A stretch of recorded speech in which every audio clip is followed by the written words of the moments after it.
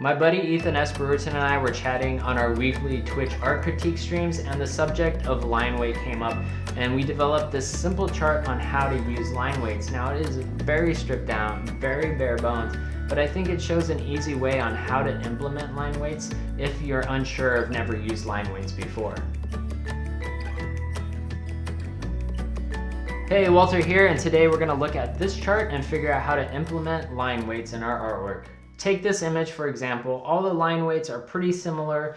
We can tell what's going on in the image easily enough, but maybe we have to stare at it a little bit longer, maybe work a little bit harder to keep our focus. But let's take a look at our chart. What's in the foreground, what are the contour lines, and what's most important? It just so happens that the foreground and important objects are the same. Mr. Man Bun here, also spiky to a lesser degree. So let's start by giving those items a thicker line, but just focus on the outside, the contour line, since that is also part of our chart. Of course, there are objects within objects, so we can start thinning out the windows because within the building, the windows are even less important than the buildings in the entirety of the image. And the further that we go back, each building becomes increasingly less important, so those will get even thinner. Now, what about the shadow section on our chart?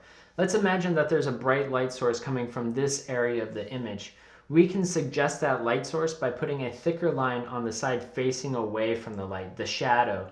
And then we can put a thinner light on the side that is facing the light, and this kind of implies a brightness on the image.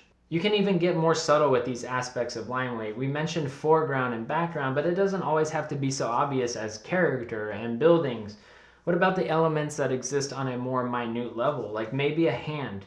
You can draw this front finger with a thicker line and then use a thinner line as you move back and draw the other hands as they go into the background. And that's pretty much all there is to it. Now, if you would like to get in on Ethan and I's art critique stream, make sure you follow us on Twitch. I'll put the links down below, and also get on our art group Discord Illustrati. You can hang out with a bunch of other artists on there, share your work, get some feedback on your artwork, or just post memes if you want to.